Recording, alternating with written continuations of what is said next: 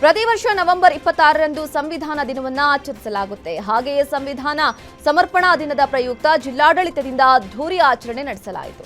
ಕೋಲಾರ ನಗರದ ಐಬಿ ವೃತ್ತದಿಂದ ನಚಿಕೇತನ ವಿದ್ಯಾರ್ಥಿ ನಿಲಯದವರೆಗೂ ಅಂಬೇಡ್ಕರ್ ಪುತ್ಥಳಿ ಮೆರವಣಿಗೆ ನಡೆಸಿದ್ರು. ನಚಿಕೇತನ ನಿಲಯದ ಡಾಕ್ಟರ್ ಅಂಬೇಡ್ಕರ್ ಪುತ್ಥಳಿಗೆ ಮಾಲಾರ್ಪಣೆ ಮಾಡಿ ಮೆರವಣಿಗೆಗೆ ಶಾಸಕ ಕೊತ್ತೂರು ಮಂಜುನಾಥ್ ಚಾಲನೆ ಕೊಟ್ಟಿದ್ದಾರೆ. ಕಾರ್ಯಕ್ರಮದಲ್ಲಿ ಎಂಎಲ್ಸಿ ಅನಿಲ್ ಕುಮಾರ್, ಡಿಸಿಎಂಆರ್ ರವಿ, ಎಸ್ಪಿ ನಿಖಿಲ್ ಸೇರಿದಂತೆ ನೂರಾರು ವಿದ್ಯಾರ್ಥಿಗಳು ಅಂಬೇಡ್ಕರ್ ಬಗೆಗಿನ ಭಿತ್ತಿಪತ್ರ ಹಿಡಿದು ಭಾಗಿಯಾಗಿದ್ದರು.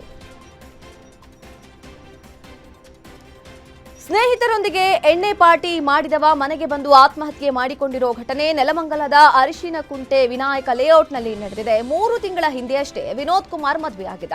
ಇಂದು ಸ್ಟೇಟಸ್ನಲ್ಲಿ ಸ್ನೇಹಿತನ ಹುಟ್ಟುಹಬ್ಬಕ್ಕೆ ಶುಭಾಶಯ ಕೋರಿ ಮನೆಯಲ್ಲಿ ಯಾರು ಇಲ್ಲದ ಸಂದರ್ಭದಲ್ಲಿ ಆತ್ಮಹತ್ಯೆ ಮಾಡಿಕೊಂಡಿದ್ದಾನೆ.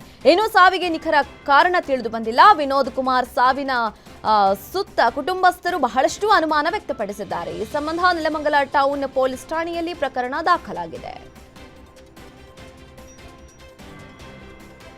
ಸಾಲಬಾಧೆಗೆ ಬೇಸತ್ತು ರೈತ ಆತ್ಮಹತ್ಯೆ ಮಾಡಿಕೊಂಡಿರುವ ಘಟನೆ ಹಾವೇರಿ ಜಿಲ್ಲೆ ಶಿಗ್ಗಾವಿಯ ಹೊಸೂರು ಗ್ರಾಮದಲ್ಲಿ ನಡೆದಿದೆ. 63 ವರ್ಷ ಈರಪ್ಪ ಆತ್ಮಹತ್ಯೆ ಮಾಡಿಕೊಂಡ ರೈತ ಕೆವಿಜಿ ಬ್ಯಾಂಕ್ನಲ್ಲಿ 2 ಲಕ್ಷ ಸಾಲ ತೆಗೆದಿದ್ದು ಇದರಿಂದ ಮನನೊಂದು ಜಮೀನಿನಲ್ಲಿ ನೇಣು ಬಿಗಿದುಕೊಂಡು ಆತ್ಮಹತ್ಯೆಗೆ ಶರಣಾಗಿದ್ದಾನೆ. ಈ ಘಟನೆಗೆ ಸಂಬಂಧ ಶಿಗ್ಗಾವಿ ಪೊಲೀಸ್ ಠಾಣೆಯಲ್ಲಿ ಪ್ರಕರಣ ದಾಖಲಾಗಿದೆ.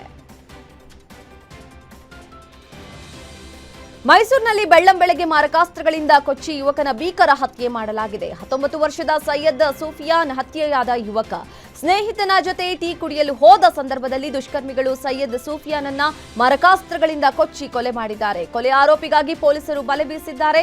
ಈ ಸಂಬಂಧ ಉದಯಗಿರಿ ಪೊಲೀಸ್ ಠಾಣೆಯಲ್ಲಿ ಪ್ರಕರಣ ದಾಖಲಾಗಿದೆ.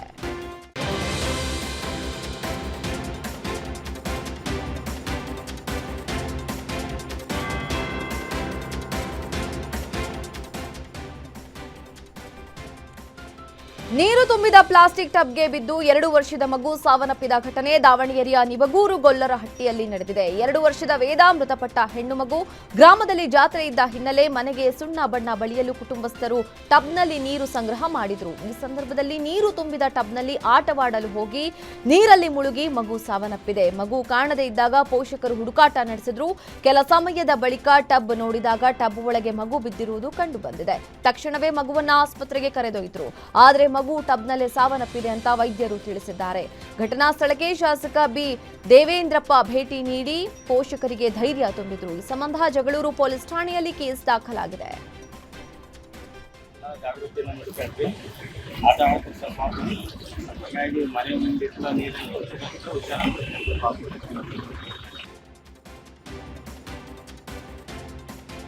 ಕರೆಂಟ್ ಶಾಕ್ ಹೊಡೆದು ಯುವತಿ ಸಾವನ್ನಪ್ಪಿರುವ ಘಟನೆ ಹುಬ್ಬಳ್ಳಿಯ ಅಂಚಟಗೇರಿ ಓಣಿಯಲ್ಲಿ ನಡೆದಿದೆ. 23 ವರ್ಷದ ಮೇಘನಾ ಜೀವ ಕಳೆದುಕೊಂಡ ಯುವತಿ. ಅಕ್ಟೋಬರ್ 22ರಂದು ಮೇಘನಾ ನೀರಿನ ಮೋಟಾರ್ ಆಫ್ ಮಾಡಲು ಹೋದಾಗ ಕರೆಂಟ್ ಶಾಕ್ ಹೊಡೆದಿತ್ತು. ಶಾಕ್ನಿಂದ ಮೇಘನಾ ಕೋಮಾಗೆ ಹೋಗಿದ್ಲು. ಕಳೆದ 35 ದಿನಗಳಿಂದ ಕೆಎಂಸಿ ಆಸ್ಪತ್ರೆಯಲ್ಲಿ ಸಾವು ಬದುಕಿನ ನಡುವೆ ಹೋರಾಡ್ತಾ ಇದ್ಲು. ಇಂದು ಚಿಕಿತ್ಸೆ ಫಲಕಾರಿಯಾಗದೆ ಮೇಘನಾ ಮೃತಪಟ್ಟಿದ್ದಾಳೆ.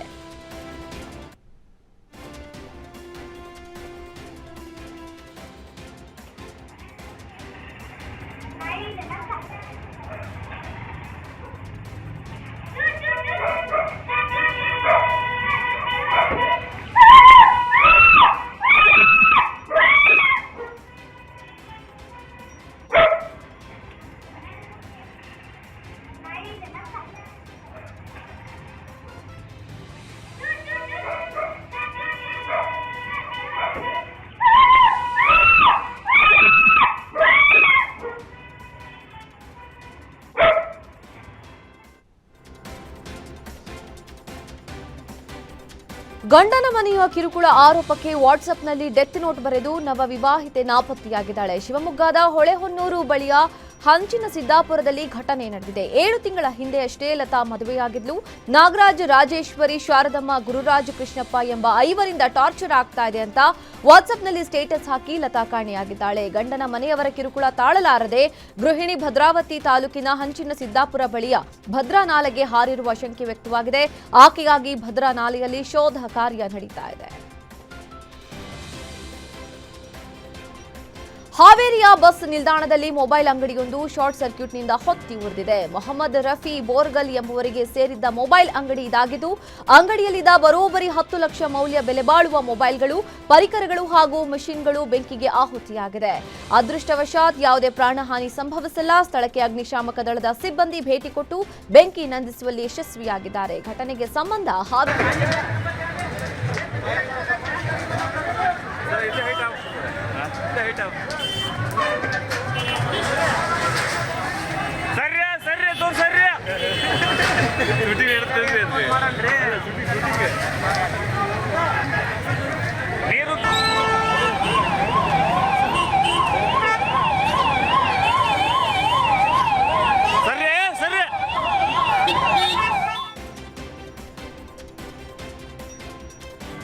ಭತ್ತ ಖರೀದಿ ಮಾಡುವ ದಲ್ಲಾಳಿಯಿಂದ ರೈತರಿಗೆ ಮೋಸವಾಗಿದೆ ಅಂತ ರೈತರು ಗಂಭೀರ ಆರೋಪ ಮಾಡಿದ್ದಾರೆ. ಯಾದಗಿರಿ ಜಿಲ್ಲೆಯ ಸುರಪುರ ತಾಲೂಕಿನ ಬೊನ್ನಾಳ ಗ್ರಾಮದಲ್ಲಿ ಘಟನೆ ನಡೆದಿದೆ. ಭತ್ತದ ದಲ್ಲಾಳಿ ಬೀರಪ್ಪ ಎಂಬುವವರು ಪ್ರತಿ ಭತ್ತದ ಚೀಲಕ್ಕೆ 8 ಕೆಜಿ ಹೆಚ್ಚು ಭತ್ತ ಖರೀದಿಸಿ ತೂಕದಲ್ಲಿ ಕಡಿಮೆ ತೋರಿಸಿ ನೂರಾರು ರೈತರಿಗೆ ಮೋಸ ಮಾಡಿದ್ದಾರೆ ಅಂತ ಗಂಭೀರ ಆರೋಪ ಮಾಡಲಾಗಿದೆ. ತಪ್ಪಿತಸ್ಥನ ವಿರುದ್ಧ ಕ್ರಮಕ್ಕೆ ರೈತರು ಆಗ್ರಹಿಸಿದ್ದಾರೆ.